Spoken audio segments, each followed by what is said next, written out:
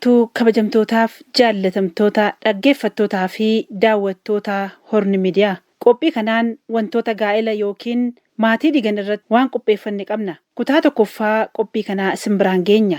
Hamma xumura qophii keenyaatti akka nu waliin turtan affeerraa keenya. Sitti na gorsuu maata beekoo natti si gorsuu miidhama kan keemmoo garaan koo danda'e noobsuu. Sitti na gorsuu maata beekoo natti si gorsuu miidhama kan keemmoo garaan koo danda'e noobsuu. Adda nu baasuuf nuti yaadu namaata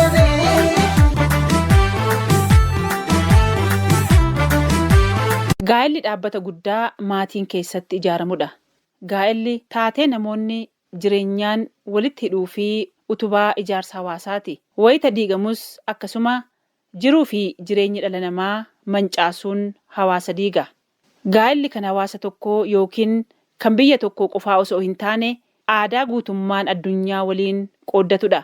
Akkasumas diigamuun gaa'elaas rakkoo addunyaa mara mudataa jirudha.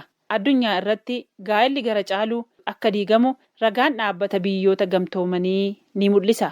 Akka ragaa dhaabbata kanaatti addunyaarraa biyyi gaa'elli diigamuun itti heddummatu Maaldiiviyesidha. Bara 2002tti biyyattiitti waggaatti gaa'ela 1,000 keessaa 10.97tu diigama. Kanaafis biyyattiin galmee wantoota ajaa'ibsiisoo addunyaa irratti galmoofteetti. Ragaa bara 2020 keessa ba'een ammoo lakkoofsi kun gadi bu'uun gaa'ela 1,000 keessaa 5.52 qofatu diigamee jedha. Kaazaakstaanii fi Raashiyaan ammoo itti aanuun lammaffaa fi sadaffaa irra jiru. Yuukireenii fi Ameerikaanis biyyoota gaa'ela akka malee keessatti diigamudha. Ragaa bara 2002 ba'een USA'n sadaffaa irra turte. Kan bara 2020 ba'een ammoo biyyoota gaa'elli akkanaan keessatti diigamu keessaa 13ffaa irra teessee jirti. Yuukireen keessatti gaa'ela 1,000 keessaa waggaatti kan diigamu kan bara 2017 ture 7.5 irraa gara 8.9tti dabaleera jedhama. USA keessatti ammoo gaa'ela ijaarame keessaa 53 dhumarratti ni diigama. Biyyoota Afrikaa keessatti diigamuu gaa'elaa wal qabatee ragaan qindaa'ee jiraatuu baatus Itoophiyaa keessatti dhiibbaansaa hammaataa jiraachuu ogeeyyonni dhimma kanarratti hojjetan ni dubbatu. Dhiibbaa gaa'elli diigamuun ijoollee irratti qaqqabu olaanaadha. Maatiin walii kun egeree ijoollee burjaajessuu irra darbee biyyaaf kisaaraa guddaadha. Itoophiyaan biyyoota aadaa ganamaa fi amantiitti cichuun bulan keessaa ta'uu isheetiin gaa'elaaf yookaan immoo ijaarsa maatiitiif iddoo kennuun beekamti. Yeroo dhiyoo as garuu keessattuu magaalotatti rakkoon gaa'ela diigamuu yookaan waliikuu baay'inaan mul'ataa jira. Magaalaa Finfinnee fi magaalota naannootti waliikuun sadarkaa yaaddessaarra ga'eera. Kana jechuun immoo baadiyyaatti mul'atu jechuu miti. Diigamuu gaa'elaaf sababni ijoon umurii malee heerumuu fi dhala dhabuun illee isa tokkodha. Fuudhaa fi heeruma gaggeessuun yookiin bultii ijaarrachuun dhaabbata beekamaa tokko ijaaruudha. Dhaabbata kana immoo kunuunsuun barbaachisaadha. Fuudhaa fi heerumni dhaabbata guddaa maatii, hawaasni, biyyii fi addunyaan ittiin ijaaramudha. Hundeen dhaabbata kanaa yoo hin tolin maatii qofaa osoo hin ta'in hawaasnii fi biyyi ni diigama. Ijoollee fi dubartoonni rakkoo garaagaraatiif saaxilamu. Wantoota dhaabbata kana diigan mee muraasa isaanii haa ilaallu. Diigamuu gaa'elaaf sababni ijoon umurii malee heerumuu fi dhala dhabuun illee isa tokko ta'uu danda'a.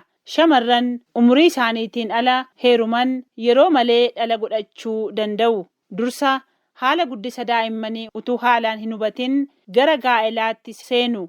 Yeroo kana immoo guddisni daa'immanii waan itti cimuuf gara bultii ishee jibbuutti dhufti. Dabalataan immoo shamarran umurii malee heerumuun akkaataa jireenya mana keessaa yookiin bultii keessaa haalaan waan hin beekneef itti ulfaachuu danda'a. Utuma jedhuu jaalala isheen abbaa warraa isheetiif qabdu xiqqaachaa deemuun gara waldiiggaatti deema. Kanaan booda shamarri kunis gar malee hawaasa keessatti illee tuffatamuu dandeessi. Yeroo mana ishee diigdu yookaan abbaa warraa ishee wajjin haala kana keessatti waliigdu hawaasa naannoo keessatti illee jibbamuu dandeessi.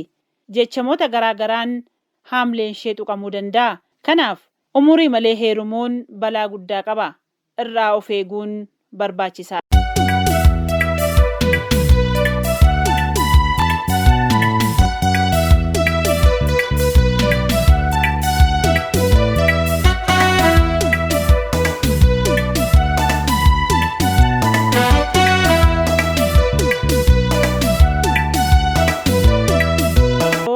Sodaa amantaa keessa jiranii qabaachuu dhabuudha.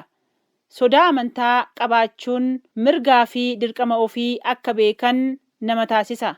Namni seeraa fi heera ittiin bulmaata amantaa isaa kabaju dhaabbata kanaaf yookaan bultii isaaf kabaja guddaa qabaata. Namni amantaa isaa sodaatu immoo wal kabajee bultii isaa kabajee jiraata waan ta'eef bu'aa bayii bultii yookaan dhaabbata kana keessatti mul'atu hunda wal danda'uun dabarsa. Wal hin rakkisu, wal dhaga'uun, wal sodaachuun jireenya isaa itti fufa. Wal kabajuun kun immoo daa'imman maatii kana keessatti yookaan dhaabbata kana keessatti dhalataniif haalli hunduu mijataa ta'aafi. Kan keessatti daa'imman waan baay'ee baratan, kan keessatti akkaataa namaa wajjin jiraatan keessatti baratan, kan keessatti obsa baratan, kan keessatti jaalala baratan ta'anii guddatu. Daa'imman haala akkasii keessatti guddatan immoo hegeree biyya isaaniitiif kan abdachiisan ta'anii guddina isaanii itti fufu. Biyya isaanii akkaataa ittiin ceesisan keessatti qooda guddaa qabaatu. Wanta gaarii kamiyyuu hojjechuu fi wanta gadheerraa of tiksuuf dandeettii gahaa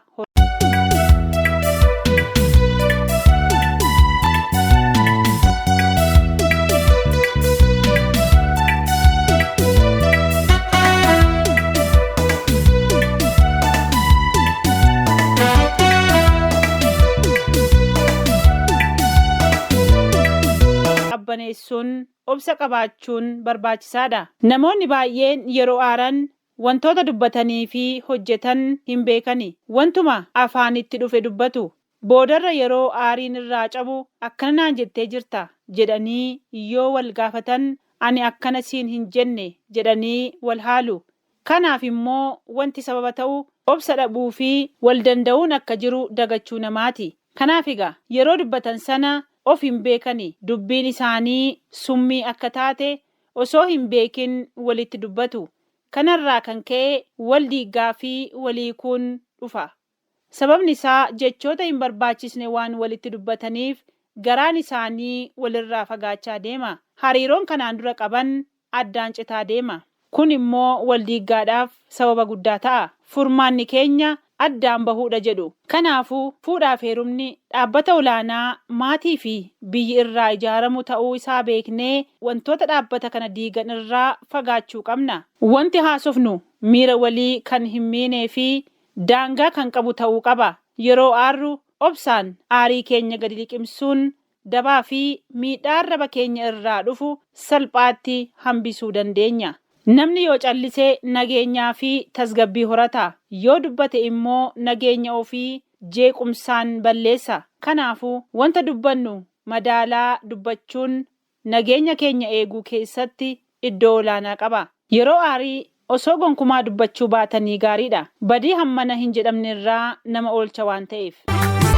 Walitti nu kaasanii nus diina wal seenuu nu gidduu ammeenya dagaagsanii nageenyi maseenoo nu lachuu walitti nu kaasanii nus diina wal seenuu sitti na gorsuu maata beekoo natti si gorsuu miidhama kan keemmoo garaan koo danda'e noobsuu. Sitti na gorsuu maata beekoo natti si gorsuu miidhama kan keemmoo garaan koo danda'e noobsuu. Addaan nu baasuuf nuti yaadu namaata beekoo.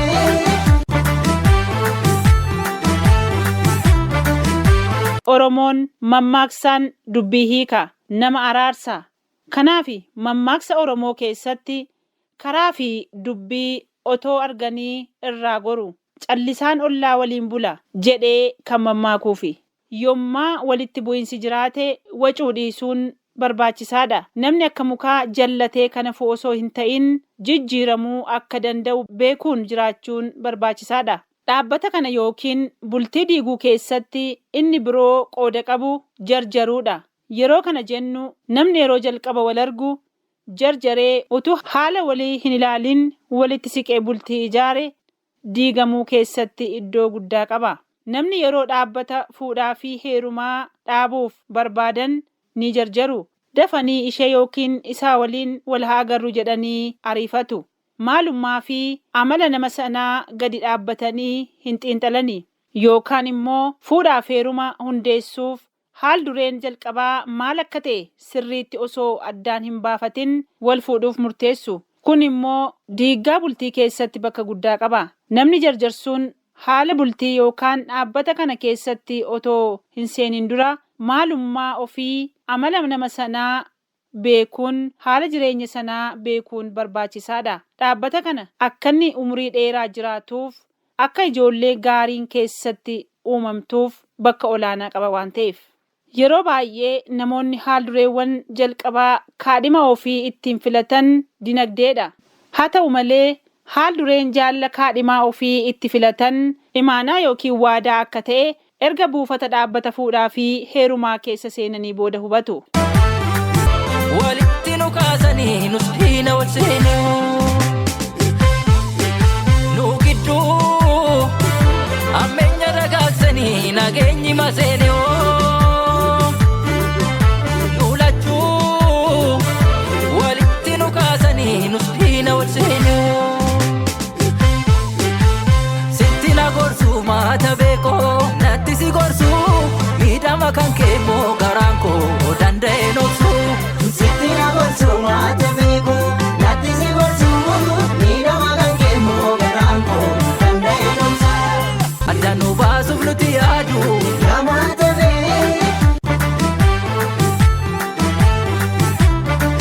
Akkuma Oromoon jarjaraarree hin horu jedhu namni jarjaru wayittuu hin bahu. Gadi dhaabbatee bu'aa fi miidhaa wanta hojjetu sirriitti hin xiinxalu. Hanga wanta tokkotti ba'utti hanga wanta tokko bira ga'utti waan sana qabatee waliin fiiguudha. Namoonni kaan immoo dhaabbata fuudhaaf heerumaa erga hundeessanii booda aarii isaanii to'achuu hin danda'ani. Wanta dubbataniif gatii hin kennani.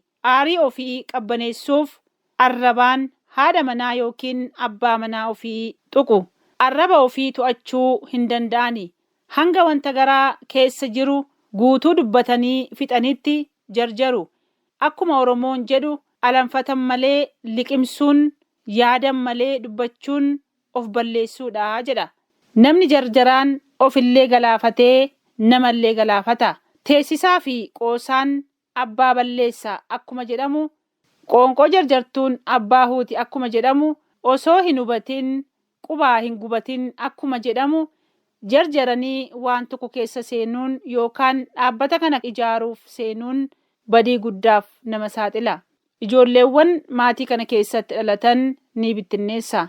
Kanaaf of eeggannoo taasisuun barbaachisaadha. Walitti nu kaasanii nus diina wal seenuu nu gidduu ammeenya dagaagsanii nageenyi maseenee nu lachuu walitti nu kaasanii nus diina wal seenuu sitti na gorsuu maata beekoo natti si gorsuu miidhama kan keemmoo garaan koo danda'e noobsuu. Sitti na gorsuu maata beekoo natti si gorsuu miidhama kan keemmoo garaan koo danda'e noobsuu. Addaan nu baasuuf nuti yaadu namaata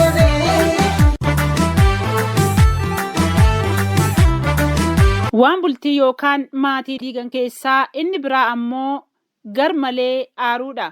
Aaruun uumama namaa ta'uu danda'a. Haa ta'u malee aariin daangaa hin qabne nama miidha. Wanta argan hundaaf aaruun amala gowwaati. Akkasumas wanti gar malee barbaachisu yoo badu callisanii ilaaluu fi aaruun amala nama itti gaafatamummaa hin qabnee fi gowwaadha jedhanii ilaalu. Fakkeenyaaf sababa burcuqqoon cabeef ganamarraa hanga galgalaa aaruun amala nama gowwaati.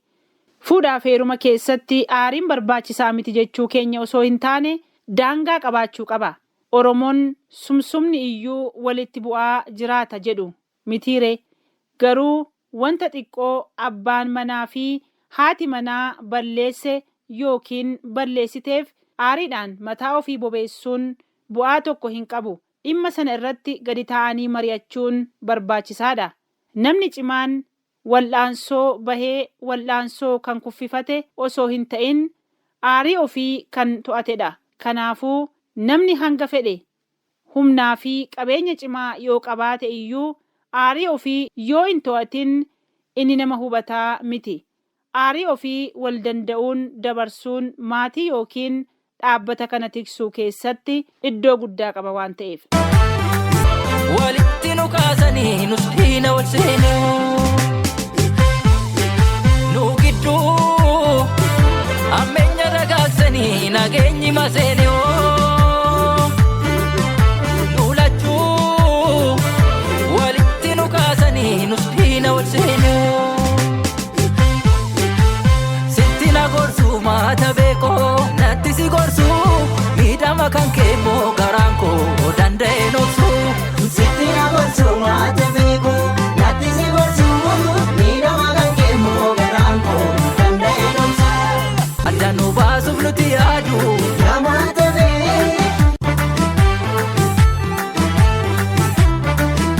Namni dhaabbata kana keessatti jireenya gaarii hawwu aarii ofii gadi qabuu fi to'achuu qaba.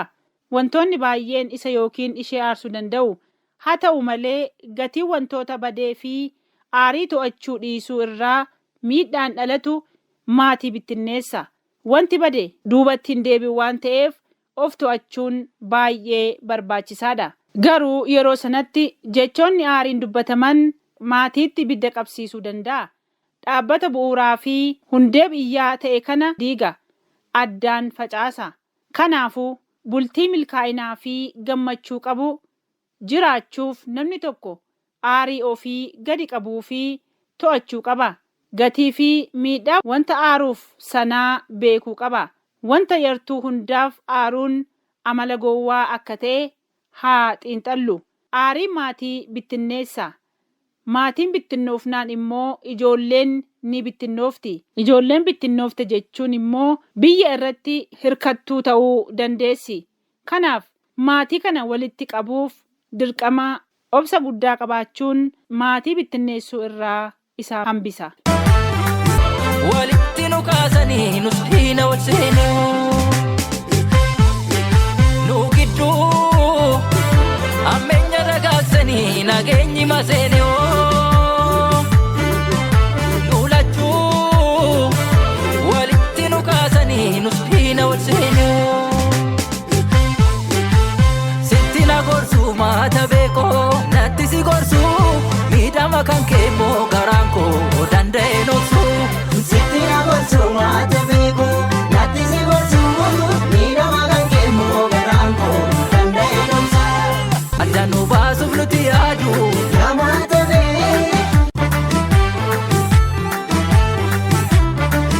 Wantoota maatii diigan keessaa inni kan biroo shakkii fi hinaaffaa daangaa hin qabne waliif qabaachuudha. Wal shakkuun amala ilma namaati. Haa ta'u malee akkuma wantoonni hunduu daangaa qaban shakkii fi hinaaffaanis daangaa qabaachuu qaba. Yoo wal shakkina ta'e gadi teenyee dhimmicha irratti mari'achuun waliif ifa ta'uun waliin haasa'uun barbaachisaadha.